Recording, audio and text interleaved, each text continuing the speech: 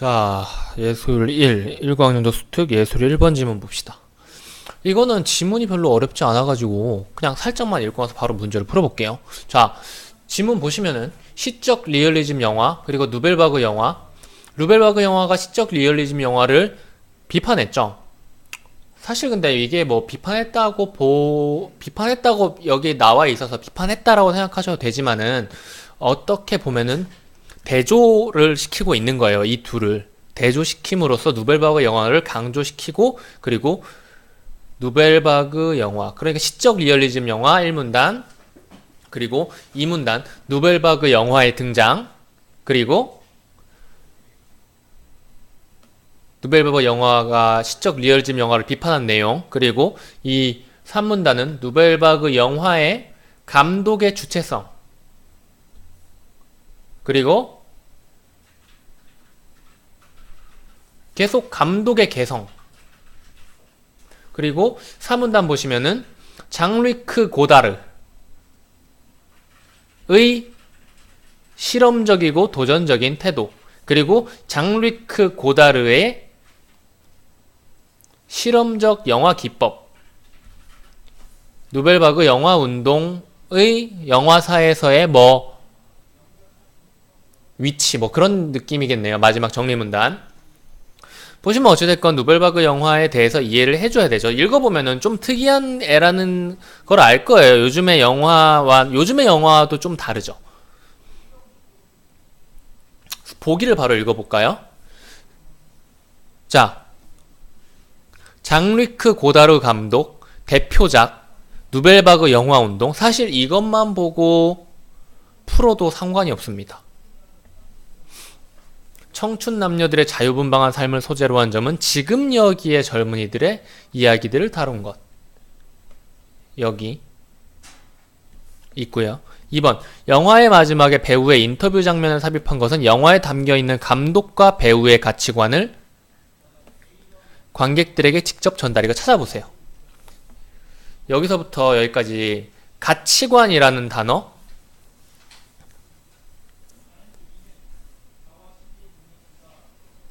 감독과 배우의 가치관을 관객에게 직접 전달하기 위해서 요걸 넣은 건가요?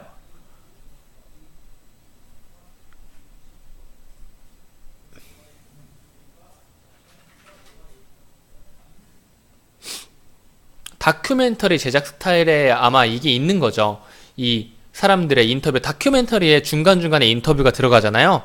다큐멘터리 제작 스타일이 이런 인터뷰 장면을 삽입한 건데, 이거는 새로운 시청각적인 스타일을 보여준 것이라는 거고, 따로 가치관을 직접, 그러니까 감독의 가치관을 직접 전달하려 했다라고 생각을 하면은 맞는 말이 될 수도 있겠는데, 배우의 가치관을 전달하기 위해서 했냐는 것은 의문이란 거지. 왜냐면은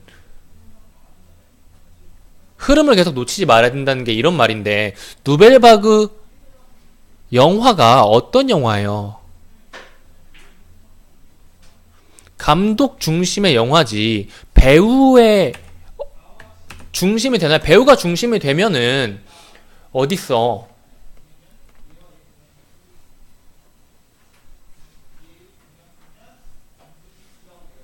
어딨냐? 대중들이 선호하는 스타의 기용, 대중들이 선호하는 스타를 뭐라고 하죠? 출연시키지 왜 안 출연시켰겠어? 배우가 중심이었다면. 그러니까 배우는 이 누벨바그 영화에서 어떤 가치관과는 전혀 관련이 없는 거죠. 그냥 감독의 의도에 의해서 배우들이 자유로운 연기를 하는 것 역시 감독의 지시에 의해서 하는 거지. 감독 중심의 영화인데 배우가 무게를 가지고 있다? 라는 것에서 이미 이상한데? 라는 생각을 해줬어야죠. 그리고 가치관을 직접 전달하기 위한 것도 아닌 거고요. 감독의 가치관을 전달하려고 했다면은 사실 여기에 직접적으로 나와 있진 않은데 생각해 볼 만한 문제긴 해요. 왜냐면 누벨바그 영화 자체가 감독 중심이니까요. 근데 배우는 아니라는 거죠. 경량 카메라, 연기 장면 생생하게. 이거 그냥 사실 지문을 안 봐도 되긴 하는데 경량 카메라가 어딨죠? 경량 카메라를 사용해 배우들이 뛰어가는 모습 촬영, 배우 이런 것들을 찾아보면 현장의 생생한 사운드 채취 쪽에 의도가 좀 있는 거죠. 생생함이라는 단어, 현장 촬영, 현장의 생생한 사운드, 여기랑 연관이 있는 거네요. 점프컷을 사용한 것은 서사의 연속적인 흐름을 깨뜨리거나 장면을 비약시켜 관객들의 상상력을 자극하기 위한 의도. 점프컷.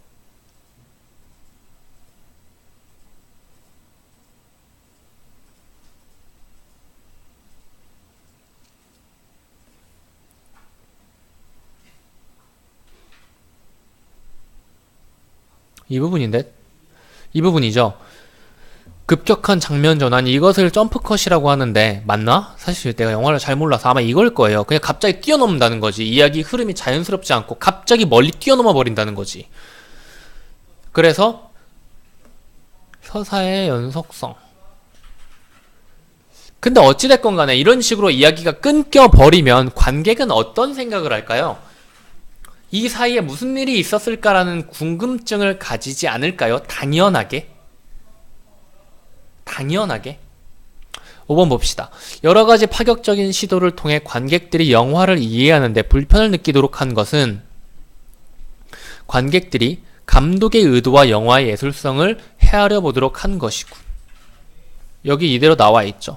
얘는 배우를 빼고 감독 중심이라고 말했으니까 고려할 가치가 있고 근거를 찾아보니까 찾아지기도 했죠. 그러니까 요즘에 나오는 선지들은 그대로 제시되어 있지 않은 경우가 있어요. 추론, 합리적인 추론을 필요한 선지들이 되게 많이 나와요. 요 4번도 그렇고 잘 생각해 주셔야 됩니다. 답은 2번이었죠. 5번 문제 풀어볼게요.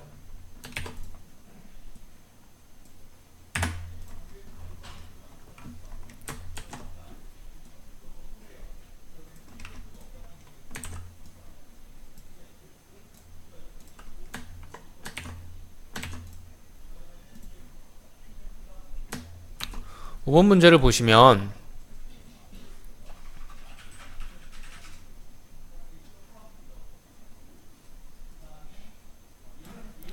보기에서 무슨 말을 하고 있는지를 한번 봐봅시다.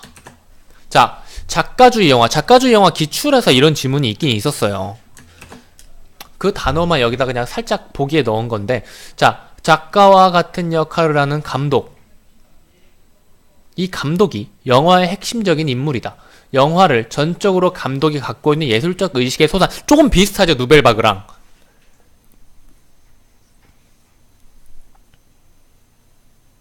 누벨바그 영화가 갖는 의미를 작가주의 영화가 등장하는 발판이라고 말했는데 왜일까? 누벨바그 뭐라 그랬어요?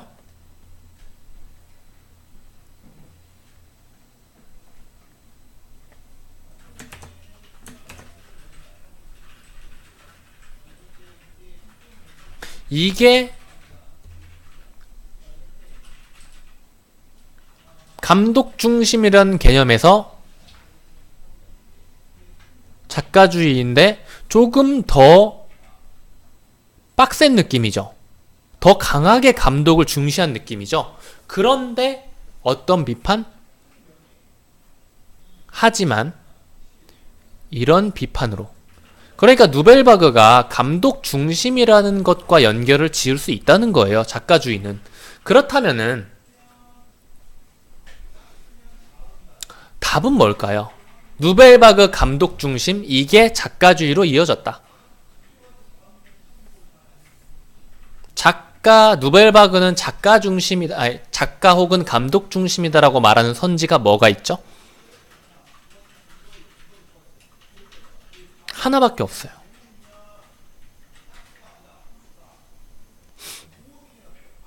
이거죠. 자,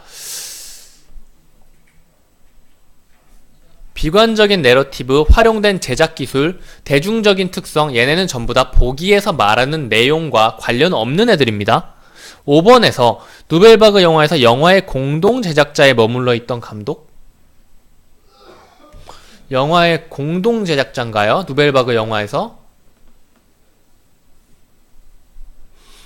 기존 영화에서 영화의 공동 제작자에 머물러 있던 감독이 영화 제작의 중심에 서게 된 게 바로 누벨바그잖아요. 이 전에 있던 시적 리얼리즘 영화에서 영화의 공동 제작자라는 의미가 아니었을까요? 누벨바그가 아니라 이 이전의 영화를 말하고 있는 거죠. 누벨바그 영화에 대한 설명이 아닙니다. 그래서 고민할 만한 것은 2번이랑 5번 정도고 1, 3, 4번 같은 경우에는 보기랑 전혀 관계없는 내용을 근거로 들었기 때문에 적절한 답이 아니죠. 보기와 관련해서 적절한 게 아닌 거죠. 여기까지 할게요.